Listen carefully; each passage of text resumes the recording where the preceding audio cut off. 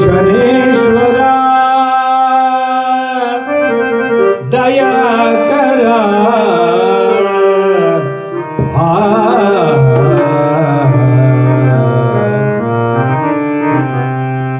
ಸೂರ್ಯಪುತ್ರ ಜಗದ ನೇತ್ರ ಶರಣು ಮಹಾತ್ಮ ಶರಣು ಮಹಾತ್ಮ ಶರಣು ಮಹಾತ್ಮ ಸೂರ್ಯಪುತ್ರ ಜಗದ ನೇತ್ರ ಶರಣು ಮಹಾತ್ಮ ಶರಣು ಮಹಾತ್ಮ ಶರಣು ಮಹಾತ್ಮ ಸತ್ಯ ಪ್ರಿಯ ಭದ್ರಾಶಯ ಶರಣು ಮಹಾತ್ಮ ಸೂರ್ಯಪುತ್ರ ಜಗದ ನೇತ್ರ ಶರಣು ಮಹಾತ್ಮ ಶರಣು ಮಹಾತ್ಮ ಶರಣು ಮಹಾತ್ಮ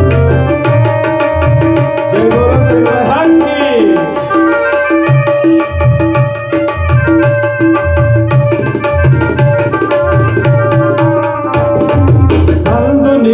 ಅಲ್ಲಗಳೆದ ವಿಕ್ರಮ ರಾಜ ಬಡಬಾರದ ಕಷ್ಟದಲ್ಲಿ ಮುಳುಗಿ ಹತೇಜ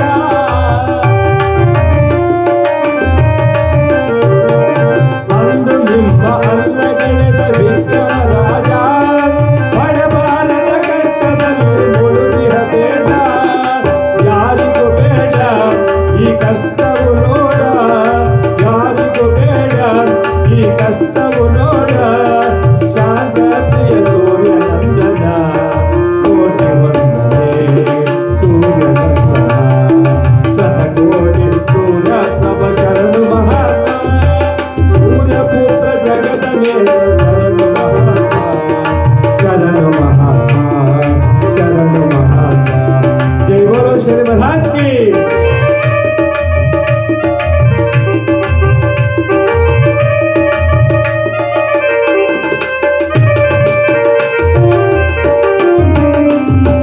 ಹರಿಹರ ಬ್ರಹ್ಮಾದಿಗಳ ಬಿಡದೆ ಕಾಡಿದೆ ವಿಘ್ನೇಶ್ವರ ಮಾರುತಿಯ ನೋಡಿ ಮೆಚ್ಚಿದೆ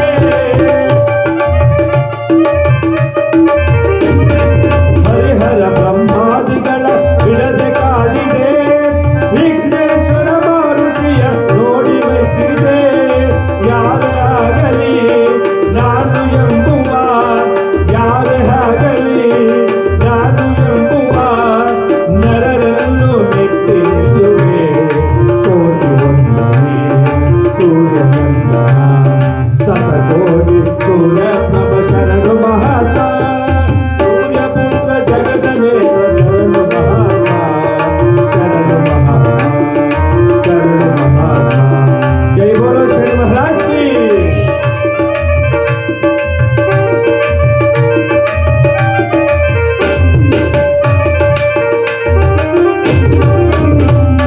ನವಗ್ರಹವ ಮೆಟ್ಟಿಲಾಗಿ ಮಾಡಿಕೊಂಡನು ನಿಮ್ಮ ದೃಷ್ಟಿ ಬಿದ್ದು ರಣದಿ ನಾಶವಾದನು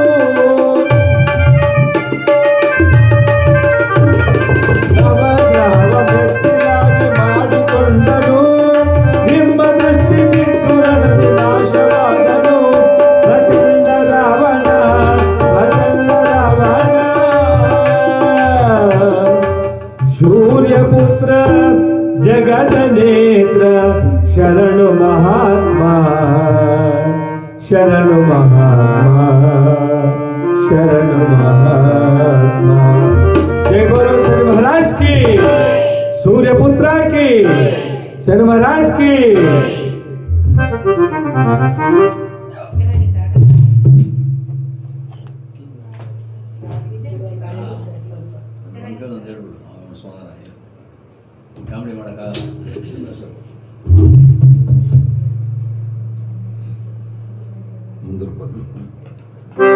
श्रीमद् रमण गोविंद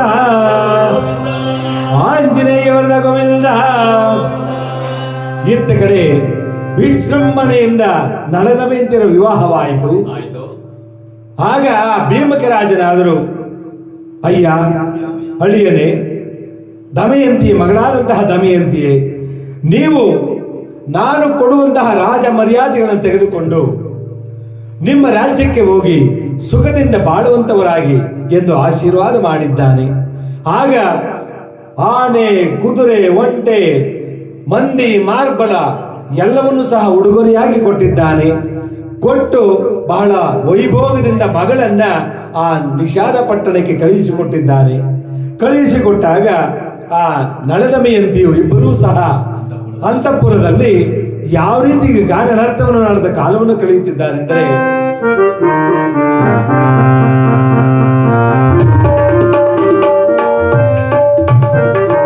ರಾಗಮಯ ಬಾಲ ಅನುರಾಗಮನು ತೋರ, ರಾಗಮಯ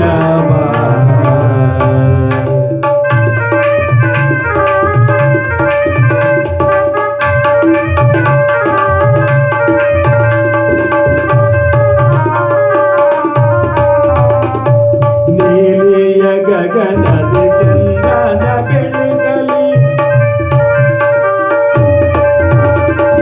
ನೀಲೆಯ ಗಗನದ ಚಂದ್ರನ ಬೆಳಗಲಿ, ನಿನಗೂ ಮಗವೇ ಮನದಲ್ಲಿ ಬಿಡುವುದು,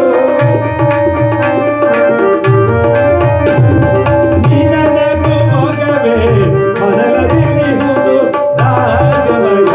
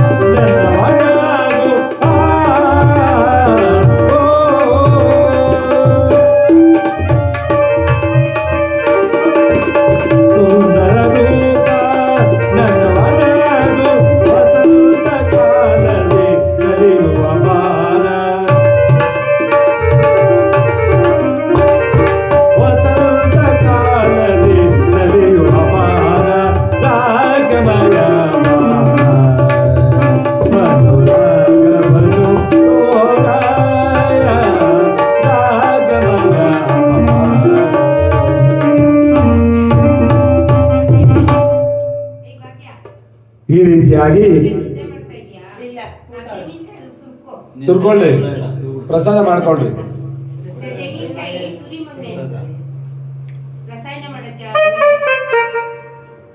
ಈ ರೀತಿಯಾಗಿ ಇತ್ತ ಕಡೆ ಗಾನ ನರ್ತಗಳನ್ನು ಆಡುತ್ತಾ ಸತಿಪತಿಗಳು ಸಂತೋಷವಾಗಿರಬೇಕಾದರೆ, ಈ ವೇಳೆಗೆ ಸರಿಯಾಗಿ ಪರಮಾತ್ಮನಾದಂಥ ಶನಿರಾಜನು ಯಾವ ರೀತಿ ಸಂಕಲ್ಪ ಮಾಡುತ್ತಿದ್ದಾನೆಂದರೆ,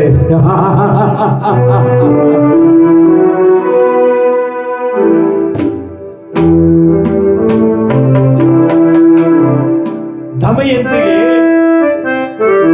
ಈಗ ವಿವಾಹವಾಗುವಂತಹ ವಯಸ್ಸು ಬಂದಿದೆ. ನಾನು ಈಗಲೇ ದೇವೇಂದ್ರನ ಸಭೆಗೆ ಹೋಗಿ ದೇವೇಂದ್ರನಲ್ಲಿ ನಾನು ವಿವಾಹವಾದರೆ ಇರಲು ಸ್ಥಳವನ್ನು ಕೇಳಿ ಸ್ಥಳವನ್ನು ಪಡೆದು ನಂತರ ದಮಯಂತಿನ ವಿವಾಹವಾಗುತ್ತೇನೆಂದು ದೇವೇಂದ್ರ ಸಭೆಗೆ ಬರುತ್ತಿದ್ದಾನೆ. ಬರುತ್ತಿರಬೇಕಾದ್ರೆ ಆ ದೇವೇಂದ್ರನ ಸಭೆಯಲ್ಲಿ ಆ ಸ್ವಾಮಿಯನ್ನು ನೋಡಿ ಎಲ್ಲರೂ ಎದ್ದು ನಿಂತು ಸಾಷ್ಟಾಂಗ ವಂದನೆಯನ್ನು ಮಾಡಿದ್ದಾರೆ. ಮಾಡಿ ಆ ಪರಮಾತ್ಮನನ್ನ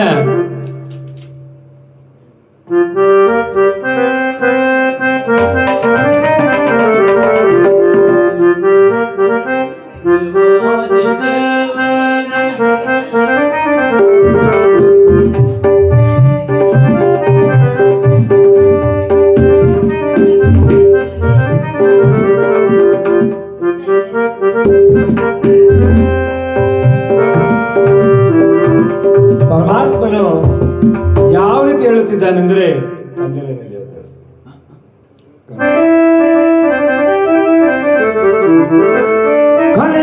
ದೇವತೆಗಳೇ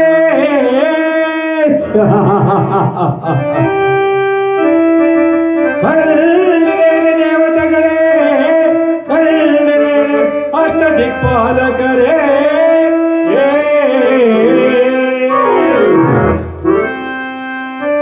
ಆ ಭೀಮರಾಯನ ಸುತೆ ದಮಯಂತಿಯ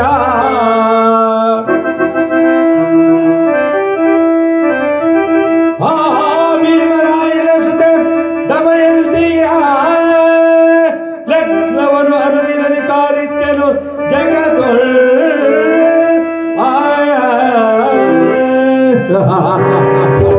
ಕಂಡಿರೇನು ದೇವತೆಗಳೇ, ಕಂಡಿರೇನು ಅಷ್ಟದಿಕ್ಪಾಲಕರೇ, ದಮಯಂತಿಯ ಲಗ್ನವು ಯಾವಾಗದವುದೆಂದು ಕಾದಿದ್ದೆನು. ಈಗ ಲಗ್ನವು ಒದಗಿರುವುದು. ಆಕೆ ಲಗ್ನವಾಗಿ ದೇವಲೋಕಕ್ಕೆ ಹೋಗಿ ನಾನು ವಾಸ ಮಾಡಲು ಸ್ಥಳವನ್ನು ಕೇಳಿದನು.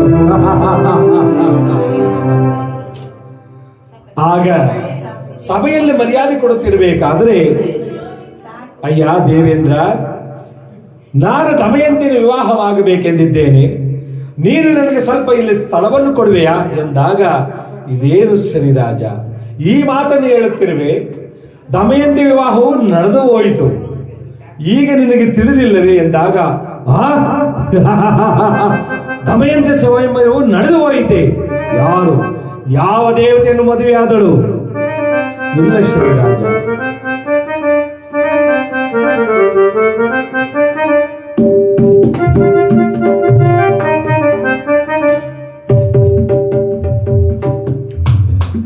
ಯಾವ ದೇವತೆಯನ್ನು ಮದುವೆಯಾದಳು ಎಂದಾಗ, ಇಲ್ಲ ಶನಿರಾಜ, ಯಾವ ದೇವತೆಯನ್ನು ಮದುವೆಯಾಗಲಿಲ್ಲ.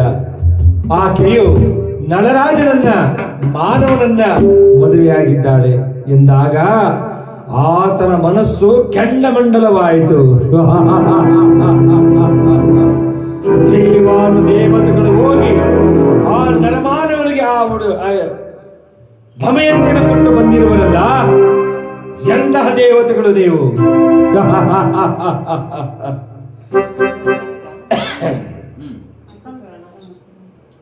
ಆ ಭೀಮರಾಜ ಸುತೆಯನ್ನ ನಾನು ವಿವಾಹವಾಗಬೇಕೆಂದಿದ್ದೆ.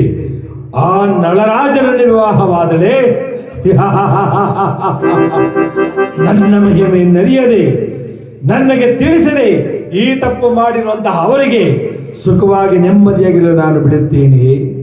ಅವನ ರಾಜ್ಯ ಕೋಶಾದಿಯನ್ನು ಕಳೆದುಕೊಳ್ಳುವಂತೆ ಮಾಡಿ, ಕಾಡಿಗೆ ಓಡಿಸಿ, ಅಗ್ನಿಯನ್ನು ನಿರ್ಮಿಸಿ, ಕಾರ್ಕೋಟದಿಂದ ಕಚ್ಚಿಸಿ, ಮೈಯೆಲ್ಲ ಕುರೂಪಿಯಾಗುವಂತೆ ಮಾಡಿ ಅವನನ್ನು ಕಾಡದಿದ್ದರೆ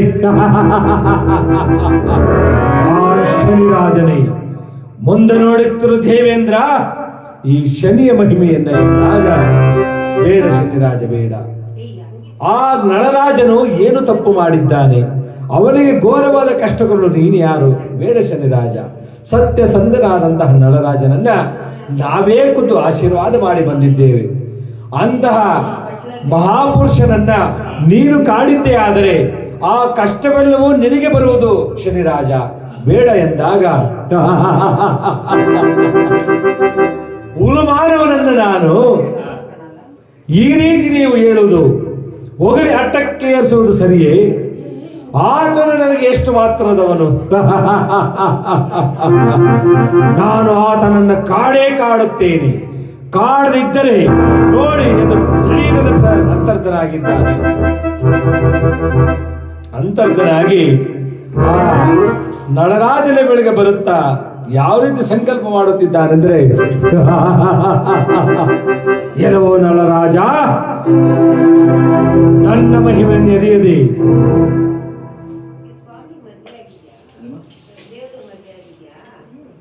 ಆಗಿದೆ.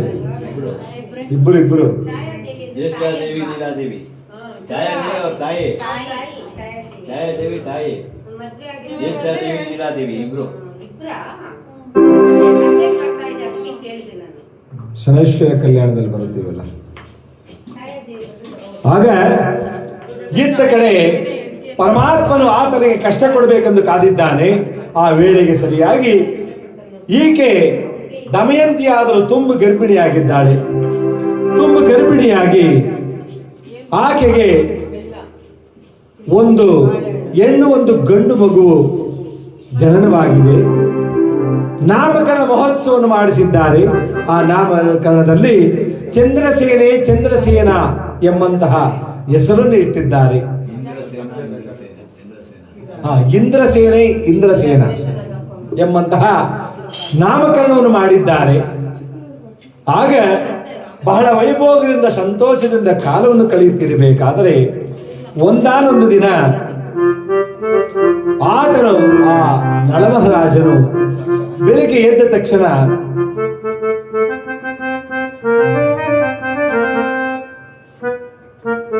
ಪರಮಾತ್ಮನ ಧ್ಯಾನ ಮಾಡುತ್ತಾ ಆ ಸೂರ್ಯದೇವನನ್ನ ಧ್ಯಾನ ಮಾಡುತ್ತಾ ಯಾವ ರೀತಿ ಕಾಲವನ್ನು ಕಳೆಯುತ್ತಿದ್ದಾನೆಂದರೆ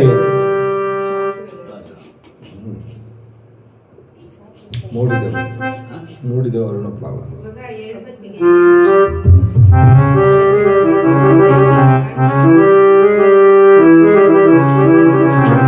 ಮೂಡಿದವು ಅರುಣ ಪ್ರವಾಳಂಗಳು ಮೂಡಿದವು ಅರುಣ ಪ್ರವಾಳಂಗಳು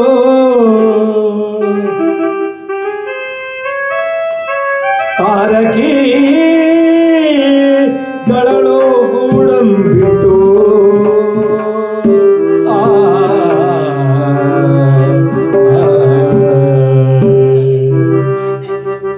ಮುಂಜಾನೆ ಪರಿದೋಡಿಸಿತು ಕತ್ತಲೆ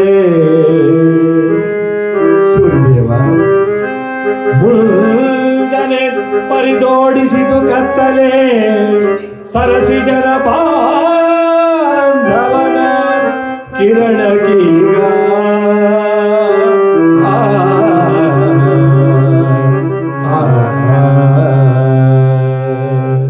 ಈ ರೀತಿಯಾಗಿ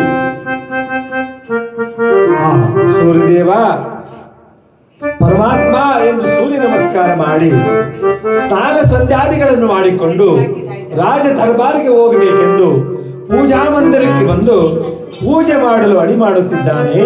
ಆ ವೇಳೆಗೆ ಸರಿಯಾಗಿ ಪೂಜಾ ಮಂದಿರದಲ್ಲಿ ಆ ಸತ್ಯನಾರಾಯಣನಾದಂತಹ ಪರಮಾತ್ಮನನ್ನ ಅನನ್ಯ ಭಕ್ತಿಯಿಂದ ಯಾವ ರೀತಿ ಬೇಡಿಕೊಳ್ಳುತ್ತಿದ್ದಾರೆ ಅಂದ್ರೆ ಕಾಪಾಡು ಶ್ರೀ ಸತ್ಯನಾರಾಯಣ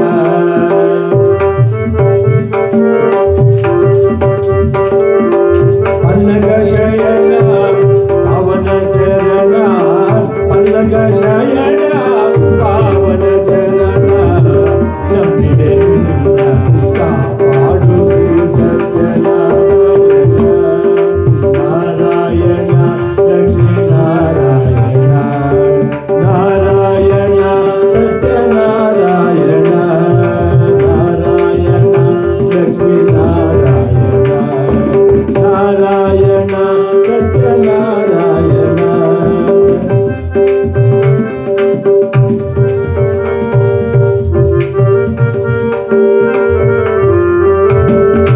ನನಗಾಗಿ ಏನು ನಾ ಬೇಡೆನು ನನಗಲಕಬೇಕೆಂದು ನಾ ಬೇಡೆನು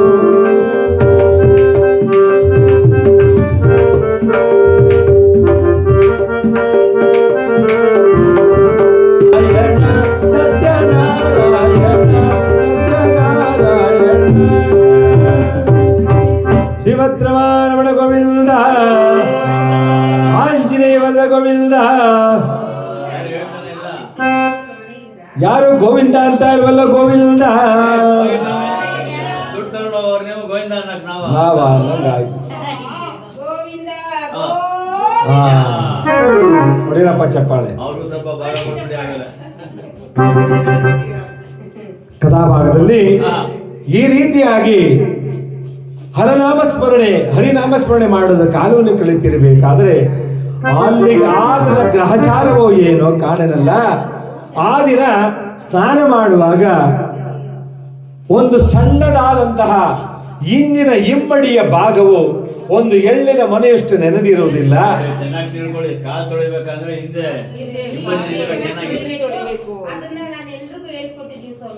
ಯಾಕೆಂದ್ರೆ ಪರಮಾತ್ಮ ಸಮಯ ಕಾದಿದ್ದ. ಈ ನಳರಾಜನಿಗೆ 12 ವರ್ಷಗಳ ಕಾಲ ಕಾದಿದ್ದಾನೆ ಸಮಯ. ಒಂದು ತಪ್ಪು ಸಹ ಸಿಗಲಿಲ್ಲ. ಆಗ ಕಾಲಿಗೆ ನೀರು ಹಾಕುವಾಗ ಒಂದು ಎಳ್ಳಿನ ಮನೆಯಷ್ಟು ನೆನೆಯುವುದಿಲ್ಲ. ಥಟ್ಟನೆ ನೊಣದ ರೂಪದ ಆಕೃತಿಯಾಗಿದ್ದ. ಇದೇ ಸಮಯ ಸಿಕ್ಕಿದನು ನಳರಾಜನು. ಈತನಿಗೆ ನಾನಾ ಕಷ್ಟಗಳನ್ನು ಕೊಡಲು ಇದೇ ಸಮಯವೆಂದು ತಕ್ಷಣ ಒಂದು ನೊಣದ ರೂಪದಲ್ಲಿ ಬಂದು ಆತನ ಕಾಲಿನ ಮೇಲೆ ಕುಳಿತುಕೊಂಡು ಆತನ ದೇಹವನ್ನು ವ್ಯಾಪಿಸಿದ್ದಾನೆ. ವ್ಯಾಪಿಸಿ ಆತನ ಮನಸ್ಸನ್ನು ಚಂಚಲವಾಗುವಂತೆ ಮಾಡಿ ಚಿಂತೆಗೆ ಈಡು ಮಾಡಿ ನಾನಾ ಕಷ್ಟಗಳನ್ನು ರೆಡಿಯಾಗಿದ್ದಾನೆ ಪರಮಾತ್ಮನು. ಆ ವೇಳೆಗೆ ಸರಿಯಾಗಿ ಆಲೋಚನೆ ಮಾಡುತ್ತಿದ್ದಾನೆ. ನಳ ಚಕ್ರವರ್ತಿಯ ದೇಹವನ್ನು ವ್ಯಾಪಿಸಿದ್ದಾಯಿತು. ಕ್ರೂರ ಮೃಗಗಳನ್ನು ಸೃಷ್ಟಿ ಮಾಡಿ ಶಬರನಂತೆ ಆತನಲ್ಲಿಗೆ ಹೋಗಿ ಕಾಡಿಗೆ ಬರಮಾಡಿ ಕಾಡಿನ ಮಧ್ಯಭಾಗದಲ್ಲಿ ಭೇಟಿಯಾಗುವಂತೆ ಮಾಡಿ ಆತನಿಗೆ ನಾನಾ ಕಷ್ಟಗಳನ್ನು ಕೊಡುವನು ಎಂದು ಆಲೋಚನೆ ಮಾಡಿ ಆತನ ಶಬರನ ವೇಷವನ್ನು ಧರಿಸುತ್ತಿದ್ದಾನೆ ಪರಮಾತ್ಮನು. ವೇಷವನ್ನು ಮರೆಸಿಕೊಂಡು ಓಡೋಡಿ ಬರುತ್ತಿದ್ದಾನೆ. ಆ ನಳರಾಜನ ಆಸ್ಥಾನಕ್ಕೆ ಓಡೋಡಿ ಬರುತ್ತಿದ್ದಾನೆ. ಬಂದು ಮಹಾತ್ಮರಾದಂತಹ ನಳ ಮಹಾರಾಜರಿಗೆ ವಂದನೆ. ಏನು, ಯಾರು ನೀನು, ಯಾರಪ್ಪ ನೀನು ಎಂದಾಗ, ಪ್ರಭು ನಾನು ಕಾಡಲ್ಲಿ ವಾಸ ಮಾಡೋ ಜನ ಸ್ವಾಮಿ, ಕ್ರೂರ ಮೃಗಗಳ ಕಾಟ ಅಧಿಕವಾಗಿದೆ, ತುಂಬಾ ಬಾಧಿಸುತ್ತಿದೆ.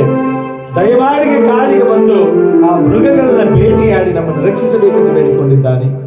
ಆಗ ಶಬರನೇ, ನೀನು ಭಯಪಡಬೇಡ, ನಾನು ಮುಂಜಾನೆ ಬೆಳಗಿನ ಜಾವ ಅಲ್ಲಿಗೆ ಕಾಡಿಗೆ ಬರುತ್ತೇನೆ, ನೀವು ಆಯುಧಗಳನ್ನು ಸಿದ್ಧಪಡಿಸಿಕೊಳ್ಳಿ ಎಂದು ಆಜ್ಞೆ ಮಾಡಿ ಆ ಶಬರನು ಆಗಲಿ ಸ್ವಾಮಿ ಎಂದು ಹೊರಟು ಹೋದಾಗ ಮುಂಜಾನೆ ಮಾರನೇ ದಿನ, ಮಂತ್ರಿ ನಾನು ಕಾಡಿನ ಮೃಗಗಳನ್ನು ಭೇಟಿಯಾಡಬೇಕು, ನೀನು ರಥವನ್ನು ಸಿದ್ಧಪಡಿಸಿಕೊಂಡು ರಾಣಿ ವಾಸದವನ್ನು ಕರೆದುಕೊಂಡು ಕಾಡಿನ ಮಧ್ಯಭಾಗಕ್ಕೆ ಕರೆದುಕೊಂಡು ಬಾ ಎಂದು ಹೇಳಿ ರಥವನ್ನು ಸಿದ್ಧಪಡಿಸಿಕೊಂಡಿದ್ದಾನೆ. ಸಿದ್ಧಪಡಿಸಿಕೊಂಡು ಆ ರಥದಲ್ಲೇ ಕುಳಿತುಕೊಂಡು ಕಾಡಿನ ಮಧ್ಯಭಾಗಕ್ಕೆ ಬಂದು ಆ ದಮಯಂತಿಗೆ, ನೋಡು, ಮಕ್ಕಳನ್ನು ಈ ರಥದಲ್ಲೇ ಜೋಪಾನವಾಗಿ ನೋಡಿಕೊಂಡಿರು, ನಾನು ಪ್ರಾಣಿಗಳನ್ನ ಕ್ರೂರ ಮೃಗಗಳನ್ನ ಭೇಟಿಯಾಡಿ ಬರುತ್ತೇನೆಂದು ಬಿಲ್ಲು ಬಾಣಗಳನ್ನು ತೆಗೆದುಕೊಂಡು ಮಂತ್ರಿಯೊಡನೆ ಕಾಡಿಗೆ ಓಡಿದ್ದಾನೆ. ಓಡಿ ನಾನಾ ಮೃಗಗಳನ್ನು ಭೇಟಿಯಾಡುತ್ತಿದ್ದಾನೆ. ದುಷ್ಟ ಪಂದಿ ಓಡಿ ಬರುತ್ತಿರಬೇಕಾದರೆ ಆ ದುಷ್ಟ ಪಂದಿಯನ್ನು ಸಹ ಬಾಣವನ್ನು ಬಿಟ್ಟು ಭೇಟಿಯಾಡಿದ್ದಾನೆ. ಹುಲಿ, ಸಿಂಹ, ಚಿರತೆಗಳನ್ನ ಭೇಟಿಯಾಡಿ ಕಾಡಿನಿಂದ ದೂರಕ್ಕೆ ಓಡಿಸಿದ್ದಾನೆ.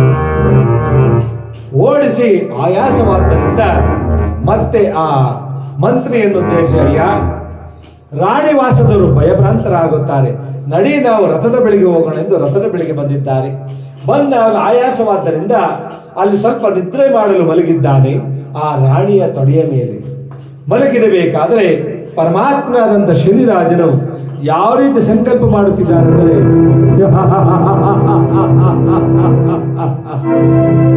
ಪ್ರಾಣಿಗಳನ್ನು ಭೇಟಿಯಾಡಿ ಸುಖನಿದ್ರಲ್ಲಿ ತಲ್ಲೀನನಾಗಿರುವೆಯಾ, ನಾನು ನಿನ್ನ ಕಷ್ಟಗಳನ್ನು ಕನಸಿನಲ್ಲೇ ತೋರಿಸುವೆಂದು ಕೈಗೆ ಅಂದಿದ್ದಾರೆ. ಅಂದ ತಕ್ಷಣ ತನ್ನ ದಾಯಾದೆ ಅಂತ ಪುಷ್ಕರನು ಬಂದಿದ್ದಾನೆ. ಕನಸಿನಲ್ಲಿ ಬಂದು ಆತನನ್ನು ಜೂಜನ್ನಾಡಿ ರಾಜಕೋಶ ಅದನ್ನು ಕಳೆದುಕೊಂಡು ಕಾಡಿಗೆ ಹೋಗಿ ತನ್ನ ಪತ್ನಿಯಾದಂತಹ ದಮಯಂತ ಸೀನೆಯನ್ನು ಹುಟ್ಟಿಕೊಂಡು ಅಗ್ನಿ, ನೇರವಾಗಿ ಅಗ್ನಿ ಬರುತ್ತಿದೆ. ಆ ಅಗ್ನಿಯಲ್ಲಿ ಬೆಂದು ನೊಂದು ಕಾರ್ಕೋಟದಿಂದ ಕಚ್ಚಿಸಿಕೊಂಡು ಮೈಯೆಲ್ಲ ವಿಷಮಯವಾಗುವಂತೆ ಆಗಿ ನಾನಾ ಕಷ್ಟ ಪಡುವುದನ್ನು ಕನಸಿನಲ್ಲಿ ಕಂಡಿದ್ದಾನೆ. ಹಾ ಎಂದು ಚೀರುತ್ತ ಮೇಲಿದ್ದ. ಏಕೆ ಸ್ವಾಮಿ, ಏಕೆ ಸ್ವಾಮಿ ಗಾಬರಿ ಪಡುತ್ತಿರುವಿರಿ ಎಂದಾಗ,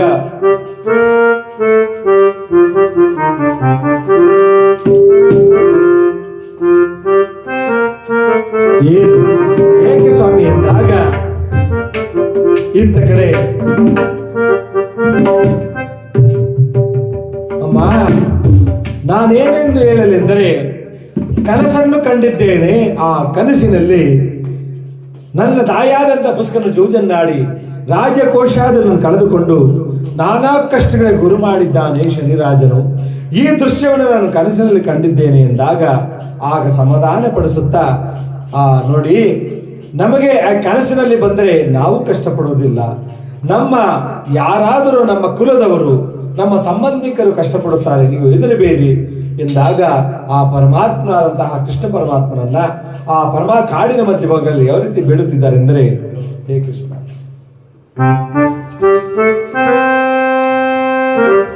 ಹೇ ಕೃಷ್ಣ, ಹೇ ಕೃಷ್ಣ, ಹೇ ಶ್ರೀಕೃಷ್ಣ,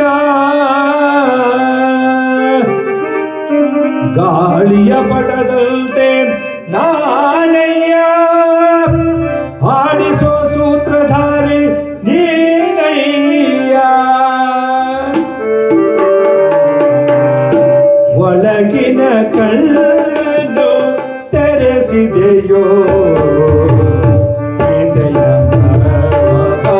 ತಿಳಿಸಿದೆಯೋ, ಒಳಗಿನ ಕಣ್ಣನ್ನು ತೆರೆಸಿದೆಯೋ,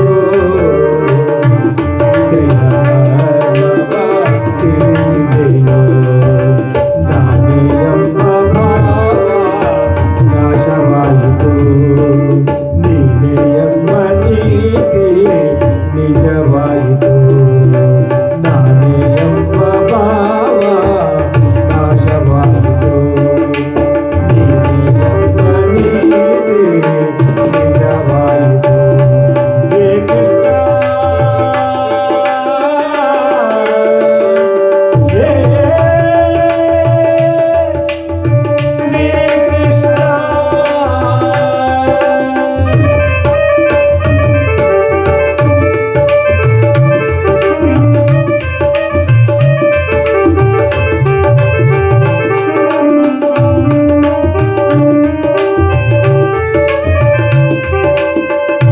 ತಿಳಿದ ನೀತಿಯ ಕೇಳದೆ ಹೋದೆ, ಕೇಳಿ ನಡೆಯದೆ ಅವಿವೇಕಿಯಾದೆ,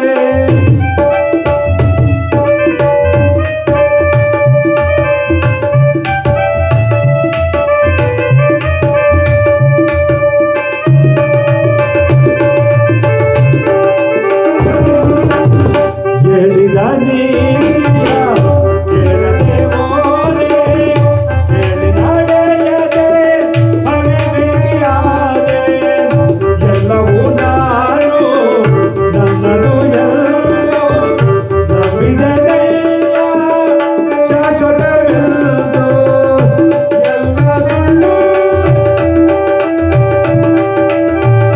ಎಲ್ಲವೂ ಕೊಳ್ಳು, ತಿಳಿಯದೆ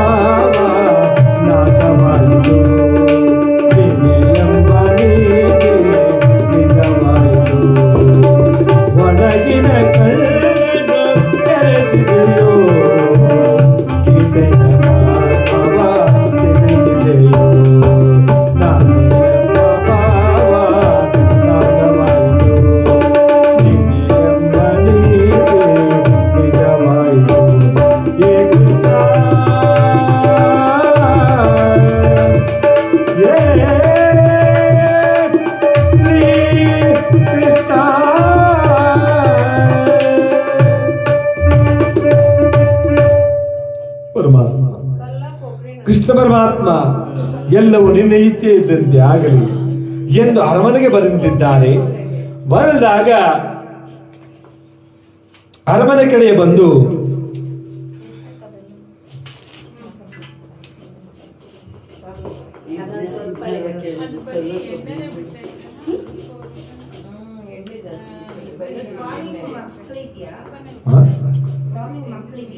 ಇದ್ದಾರೆ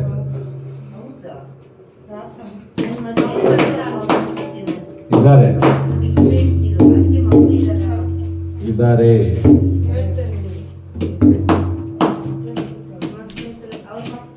ಸಿದ್ಧಿ ಬುದ್ಧಿ ತಾನೆ ಬುದ್ಧಿಯಿಂದ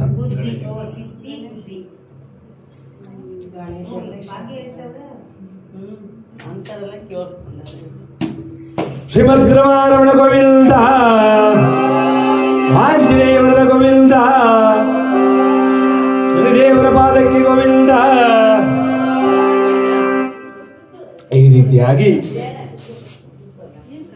ಪರಮಾತ್ಮನ ಆಲೋಚನೆ ಮಾಡಿ ಆಹಾ ಈಗ ಕೆಲಸವನ್ನು ಕಂಡಿದ್ದಾನೆ, ಅದೇ ನಿಜವನ್ನು ಮಾಡುತ್ತೇನೆಂದು ಸಂಕಲ್ಪ ಮಾಡಿ ಆತನ ದಾಯಾದಿ ಅಂತ ಪುಷ್ಕರಲ್ಲಿ ಬರುತ್ತಿದ್ದಾನೆ. ಪರಮಾತ್ಮನು ಪುಷ್ಕರಲ್ಲಿ ಬಂದು ಓರ್ವ ಯತಿಯಂತ ಬಂದಿದ್ದಾನೆ. ಬಂದು ಆತನನ್ನು ನೋಡಿ ಪುಷ್ಕರ ರಾಜನು, ಮಹಾತ್ಮರೇ ತಾವು ಯಾರು? ತಮ್ಮ ದರ್ಶನದಿಂದ ನನ್ನ ಜನ್ಮವು ಪಾವನವಾಯಿತು, ದಯಮಾಡಿ ತಾವು ಯಾರೆಂದು ತಿಳಿಸಬೇಕೆಂದು ಕೇಳಿಕೊಂಡಾಗ ಆಗ ಪರಮಾತ್ಮನು ನನ್ನನ್ನು ಶನಿರಾಜನೆನ್ನುವರು, ನನ್ನ ನಿವಾಸವು ಶಕಟಾದ್ರಿ, ನಾನು ಕಾರ್ಯನಿಮಿತ್ತ ಇಲ್ಲಿಗೆ ಬಂದಿದ್ದೇನೆ. ನಿನ್ನ ದಾಯಾದಿಯಾದಂತಹ ನಳನು ನಾನು ವಿವಾಹವಾಗಬೇಕೆಂದಿದ್ದಂತಹ ಆ ದಮಯಂತಿಯನ್ನ ಆತನ ವಿವಾಹವಾಗಿ ಸುಖದಿಂದ ಕಾಲವನ್ನು ಕಳೆಯುತ್ತಿದ್ದಾನೆ.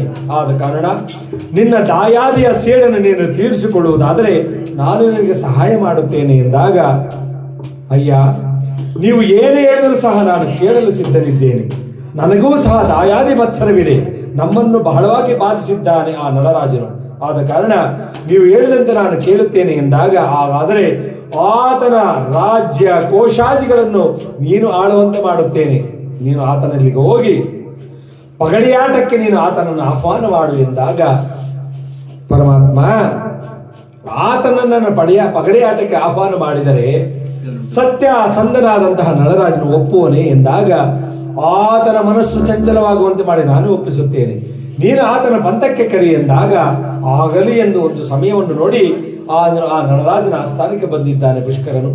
ಬಂದಾಗ ಆಗ ನಳಮಹಾರಾಜನು, ತಮ್ಮನೇ ನೀನು ಬಂದ ವಿಚಾರವನ್ನು ತಿಳಿದು ಬಹಳ ಆನಂದವಾಯಿತು, ನೀನು ಸ್ನಾನ ಸಂಧ್ಯಾದಿಗಳು ಮಾಡಿಕೊಂಡು ಊಟ ಉಪಚಾರಾದಿ ಮಾಡಿಕೊಂಡು ವಿಚಾರ ಮಾಡೋಣ ಎಂದು ಹೇಳಿ ಸ್ನಾನ ಸಂಧ್ಯಾದನ್ನು ಮಾಡಿಸಿದ್ದಾನೆ. ಬಗೆ ಬಗೆಯ ಭಕ್ಷ್ಯ ಭೋಜಗಳನ್ನು ಉಣಬಡಿಸಿದ್ದಾನೆ. ತಮ್ಮನಿಗೆ ಉಣಬಡಿಸಿ ಸುಲೋಪಸಿ ವಿಚಾರ ಮಾಡುವಂತ ಕುಳಿತುಕೊಂಡಿರಬೇಕಾದ್ರೆ, ಅಣ್ಣ ನನ್ನದೊಂದು ಭಿನ್ನವಿರುವುದು, ಎಷ್ಟೋ ದಿನಗಳಿಂದ ನಿನ್ನ ಜೊತೆ ನಾನು ಒಂದು ಪಗಡೆ ಆಟವನ್ನು ಆಡಬೇಕು, ದಯಮಾಡಿ ಆ ಪಗಡೆಯ ಪಟವನ್ನು ತರಿಸು ಎಂದಾಗ, ಪುಷ್ಕರನೇ ಇದು ನಿನಗೆ ಸ್ತರವಲ್ಲ, ಏಕೆಂದರೆ ರಾಜಾದಿರಾಜರು ಈ ರೀತಿಯಾಗಿ ಪಗಡೆ ಆಟಗಳನ್ನು ಆಡಿ ನಾಶ ಹೊಂದಿದ್ದಾರೆ, ಆದ ಕಾರಣ ಬೇಡ ಎಂದಾಗ, ಏನಣ್ಣ ಭಯವೇ ನಿನಗೆ? ನನ್ನ ಜೊತೆಲಿ ಆಡಲು ಭಯವೇ? ನಾನು ನಿನ್ನ ಜೊತೆ ತಮಾಷೆಗಾಗಿ ಆಡಬೇಕೆಂದಿದ್ದೇನೆ, ದಯಮಾಡಿ ಆ ಪಟವನ್ನು ತರಿಸು ಎಂದಾಗ, ಆಗಲಿ ಎಂದು ಒಪ್ಪಿಕೊಂಡು ತಮಾಷೆಗಾದ್ರೆ ಆಡುತ್ತೇನೆಂದು ಪಟವನ್ನು ತರಿಸಿದ್ದಾನೆ. ದಾಳಗಳನ್ನು ತರಿಸಿದ್ದಾನೆ, ಅವು ಮಾಯಾ ದಾಳಗಳು, ಈತನಿಗೆ ಅರಿಯಲಿಲ್ಲ. ಆಗ ಆಗಲಿ ಎಂದು ಇಬ್ಬರೂ ಸಹ ಆ ಜೂಜನ್ನಾಡುತ್ತಿದ್ದಾರೆ.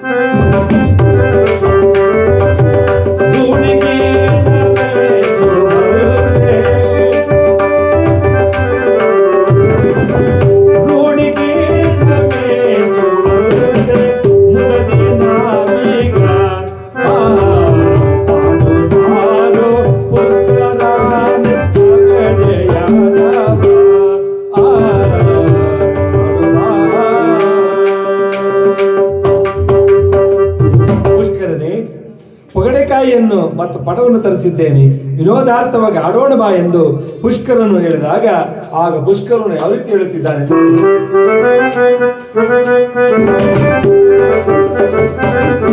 ಆಡು ಬಾರು ನಳನೆ ಬೇಗ ಪಗಡೆಯಾಟ ಆಡು ಬಾರು.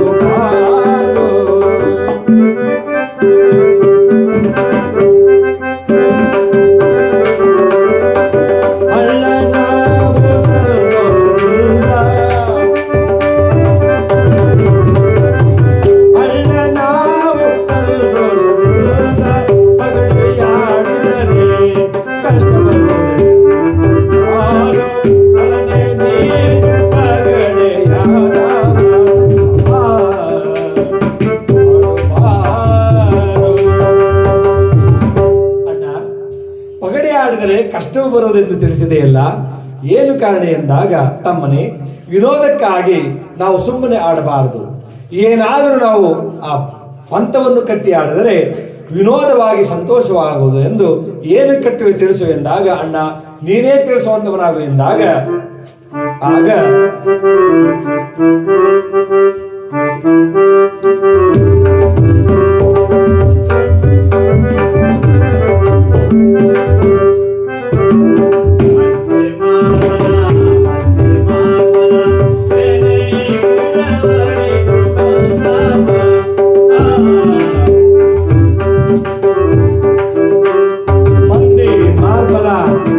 ಸೈನ್ಯ, ಅಕ್ಷದಳ, ಅಶ್ವದಳ ಎಲ್ಲನ್ನು ಕಟ್ಟುತ್ತೇನೆ.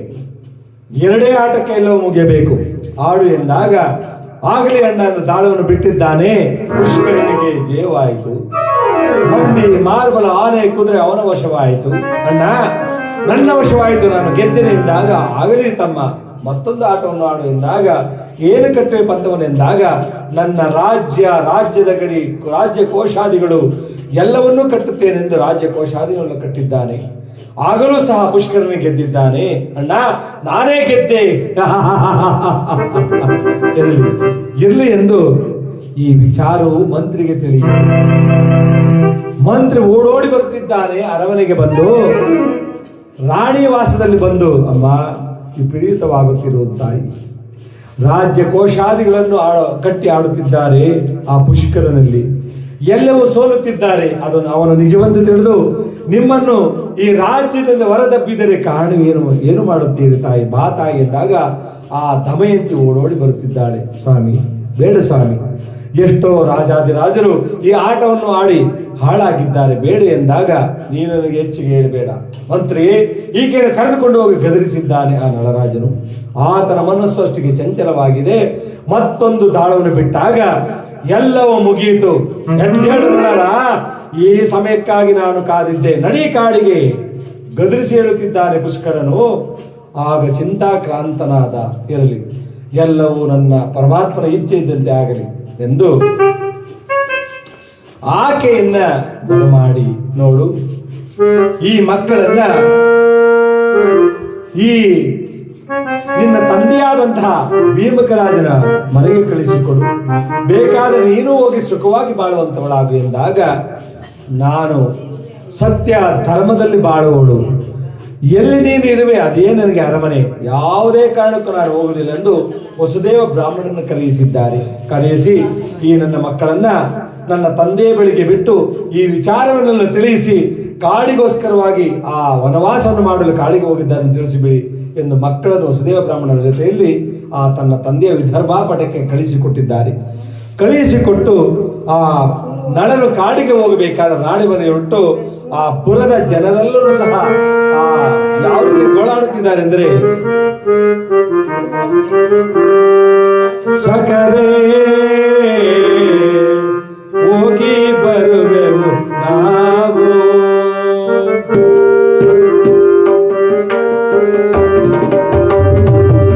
ಸಕರೇ ಹೋಗಿ ಬರುವೆವು ನಾವು,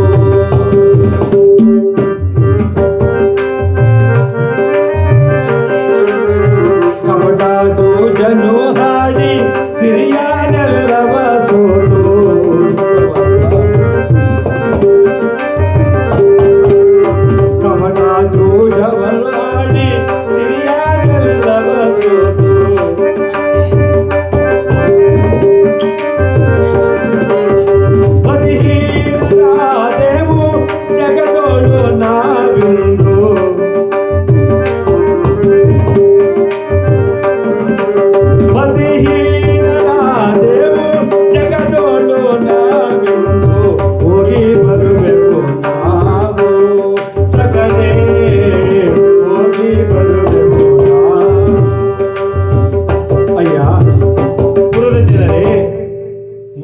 ಭಕ್ತಿಹೀನನಾಗಿ ಜೂಜನ್ನಾಡಿ ರಾಜ್ಯ ಕೋಶಾದಲ್ಲಿ ಕಳೆದುಕೊಂಡೆವು. ಸಖರೇ, ಸುಖವಾಗಿ ನನ್ನ ತಮ್ಮನ ರಾಜ್ಯಭಾರದಲ್ಲಿ ಸುಖವಾಗಿ ಬಾಳಿದೆ.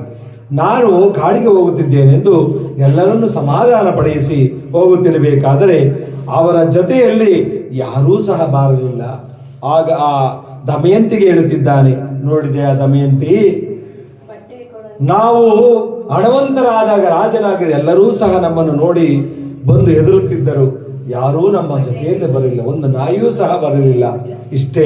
ಇಷ್ಟೇ ಈ ಪ್ರಪಂಚ, ನಡಿ ಕಾಡಿಗೆ ಹೋಗೋಣ, ಅದೇ ನಮಗೆ ಶ್ರೇಯಸ್ಸೆಂದು ಇಬ್ಬರು ಸಹ ಕಾಡಿನ ಪ್ರವೇಶ ಮಾಡಿದ್ದಾರೆ.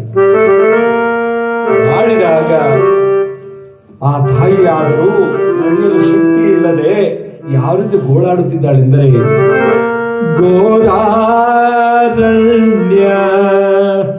ಸೇರಾಲೆಂತೋ ಸರಸ ನೇತ್ರ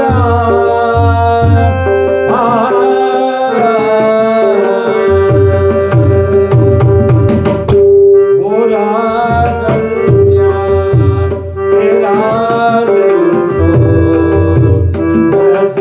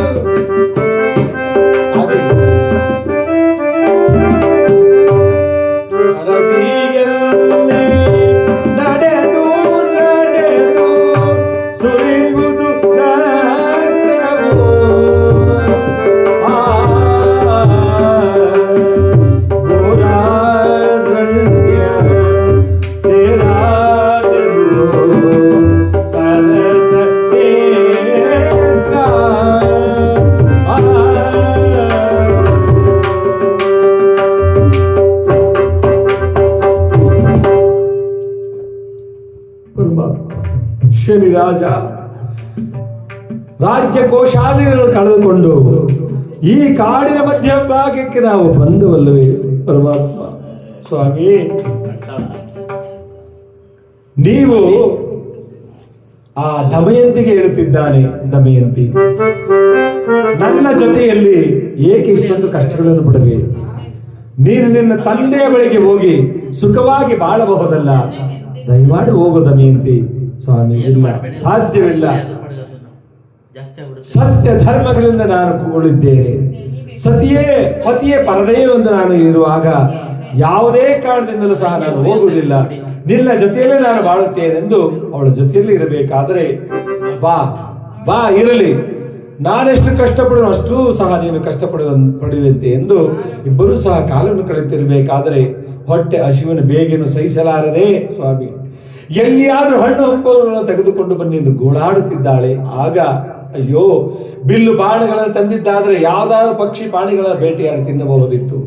ಈಗ ಏನೂ ಇಲ್ಲ, ಏನು ಮಾಡುವುದು ಯೋಚನೆ ಮಾಡಿ ಅಲ್ಲೊಂದು ಪಕ್ಷಿಗಳ ಗುಂಪು ಬರುತ್ತಿದೆ. ಅದನ್ನು ನೋಡಿ ಒಂದು ಮೂಲೆಯಲ್ಲಿ ಕುಳಿತುಕೊಂಡಿದ್ದಾನೆ. ಕುಳಿತುಕೊಂಡು, ನೋಡು, ಆ ಪಕ್ಷಿಯ ಗುಂಪಿಗೆ ನನ್ನ ವಸ್ತ್ರವನ್ನು ಹಾಕುತ್ತೇನೆ. ಆ ವಸ್ತ್ರದಲ್ಲಿ ಯಾವುದಾದ್ರು ಪಕ್ಷಿ ಸಿಲುಕಿದರೆ ಅದನ್ನು ಭಕ್ಷಣೆ ಮಾಡಿ ನಂತರ ಮುಂದಕ್ಕೆ ಹೊರಡೋಣ ಎಂದು ತನ್ನ ಹುಟ್ಟಿದ್ದಂತಹ ವಸ್ತ್ರವನ್ನೇ ಕಳಿಸಿದ್ದಾನೆ. ಕಳಿಯಿಸಿ ಪಕ್ಷಿಗಳ ಗುಂಪಿಗೆ 4 ಮೂಲೆಗೆ ಕಲ್ಲುಗಳನ್ನು ಕಟ್ಟಿ ಎಸೆದಿದ್ದಾನೆ.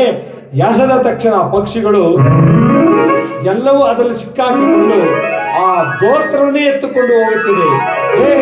ಹೇ ಪಕ್ಷಿ, ನಿಲ್ಲು ನಿಲ್ಲು ಎನ್ನುತ್ತಿದ್ದರೂ ಸಹ ಪಕ್ಷಿಯು ಆಕಾಶ ಮಾರ್ಗದಲ್ಲಿ ಹೋಗುತ್ತಿದೆ.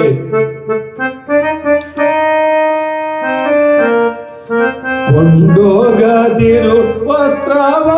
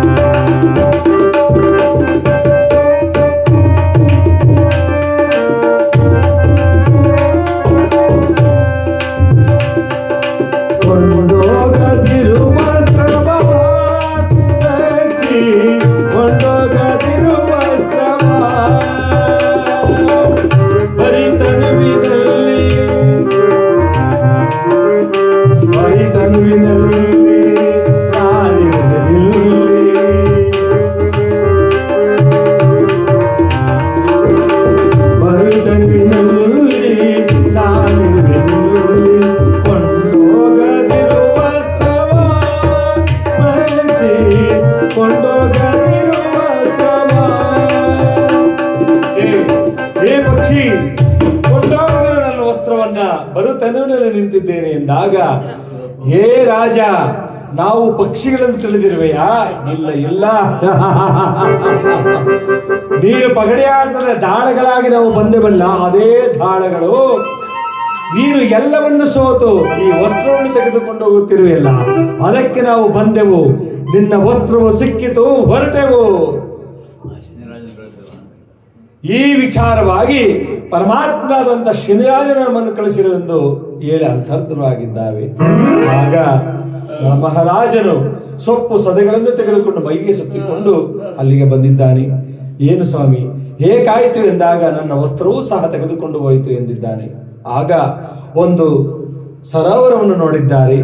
ಅಲ್ಲಿಗೆ ಓಡೋಡಿ ಬರುತ್ತಿರಬೇಕಾದ್ರೆ ಬಂದು ಆ ಜಲಪಾನ ಮಾಡಿ ಪಾಳು ಚಾವಡಿಯಲ್ಲಿ ಇಬ್ಬರು ಸಹ ವಿಶ್ರಾಂತಿಗಾಗಿ ಕುಳಿತುಕೊಂಡಿರಬೇಕಾದರೆ ಆತನು ಆಲೋಚನೆ ಮಾಡುತ್ತಿದ್ದಾನೆ, ಅಯ್ಯೋ, ಈ ಸುಕೋಮಲೆಯಾದಂತಹ ಇವಳನ್ನ ಈ ಕಳ್ಳಿ ಮುಳ್ಳುಗಳಲ್ಲಿ ಚುಚ್ಚಿಸಿಕೊಂಡು ಈ ರೀತಿ ಗೋಳಾಡುವಂತೆ ಮಾಡಿದನಲ್ಲ ಪರಮಾತ್ಮ.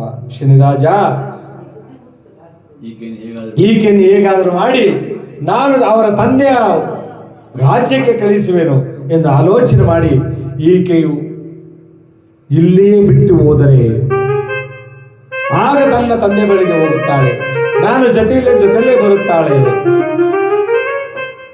ಆಗ ಆಗಲಿ ಆಲೋಚನೆ ಮಾಡುವೆನು ಎಂದು ತೊರೆದು ಜೀವಿಸಬಹುದೇ ಹರಿನಿನ್ನ ಚರಗಳನ್ನ ಎಂದು ಗೋಳಾಡುತ್ತಾ ಅದೇ ಮಲಗಿಕೊಂಡಿದ್ದಾನೆ. ಅರ್ಧರಾತ್ರಿ ಆಯಿತು. ಅರ್ಧರಾತ್ರಿಯಲ್ಲಿ ನಿಧಾನವಾಗಿ ಎದ್ದು ಆ ಸೀರೆಯನ್ನ, ಅವಳ ಸೀರೆಯ ಸೆರಗನ್ನು ಹರಿದುಕೊಂಡ, ಮೈಗೆ ಸುತ್ತಿಕೊಂಡು ನಿಧಾನವಾಗಿ ಮೇಲೆದ್ದು, ದಮಯಂತಿ, ನಿನ್ನನ್ನು ಬಿಟ್ಟು ಹೋಗಲು ನನಗೆ ಮನಸ್ಸಿಲ್ಲ.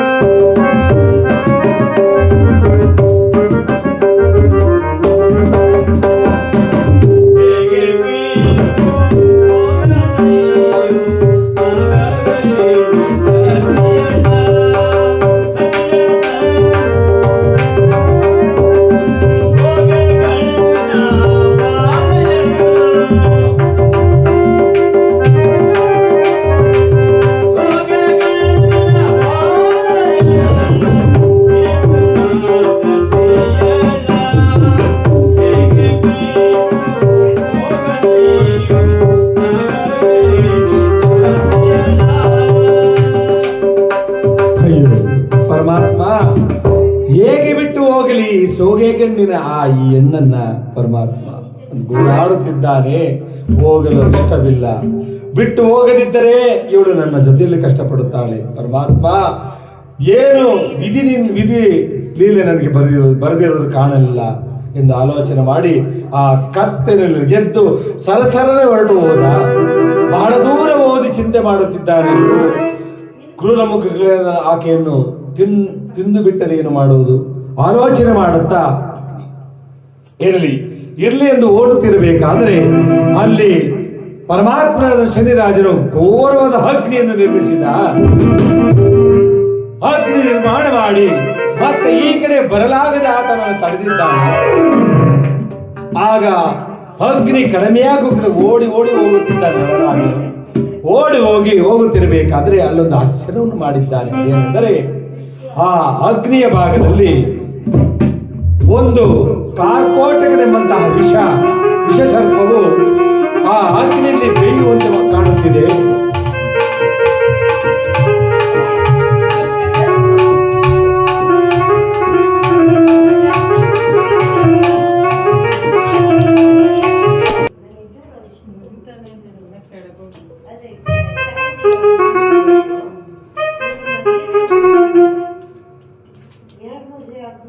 ಆಗ ಕಾರ್ಕೋಟಕನೆಂಬಂತಹ ಸರ್ಪವು ಆ ಬೆಂಕಿಯಲ್ಲಿ ಬೇಯುತ್ತಿದೆ. ಅಯ್ಯ ಮನುಷ್ಯನೇ, ನಾನು ಈ ಬೆಂಕಿಯಲ್ಲಿ ಬೇಯುತ್ತಿದ್ದೇನೆ, ನನ್ನನ್ನು ಎತ್ತುಕೊಂಡು ಆ ಕೊಳದ ಬಳಿಯಲ್ಲಿ ಬಿಡು ಎಂದು ನರರಾಜನು ಕೇಳಿದೆ. ಆಗ ಓಡಿ ಬಂದು ಎತ್ತಿಕೊಳ್ಳಲು ಹೋಗಿ, ಅಯ್ಯ ಉರಗರಾಜನೇ, ನಾನೇನೋ ನಿನಗೆ ಸಹಾಯ ಮಾಡುತ್ತೇನೆ, ಆದರೆ ನೀನು ನನಗೆ ಕಚ್ಚಿದರೆ ನಾನೇನು ಮಾಡಲಿ ಎಂದಾಗ, ಅಯ್ಯ ನಾನು ನಿನ್ನನ್ನು ಕಚ್ಚುವುದಿಲ್ಲ, ದಯಮಾಡಿ ನಿನಗೆ ಉಪಕಾರವನ್ನು ಮಾಡುತ್ತೇನೆ, ದಯಮಾಡಿ ನನ್ನ ಆ ಕೊಳದ ಬಳಿಯಲ್ಲಿ ಬಿಡು ಎಂದಾಗ, ಆದರೆ ನಿನ್ನ ಮಾತಿನಂತೆ ನಾನು, ನಿನ್ನ ಭರವಸೆಯಂತೆ ನಾನು ಎತ್ತುಕೊಂಡು ಹೋಗುತ್ತೇನೆಂದು ಆ ಉರುಗವನ್ನ ಕೈಯಲ್ಲಿ ಎತ್ತುಕೊಂಡು ಕೊಳದ ಬಳಿಗೆ ಬಂದು ಬಿಟ್ಟಿದ್ದಾನೆ. ಬಿಡುವಷ್ಟರಲ್ಲಿ ಆ ಉರುಗರಾಜನು ಆತನನ್ನ ಜ್ವರ ಕಚ್ಚಿದ ತಕ್ಷಣ, ಅಯ್ಯೋ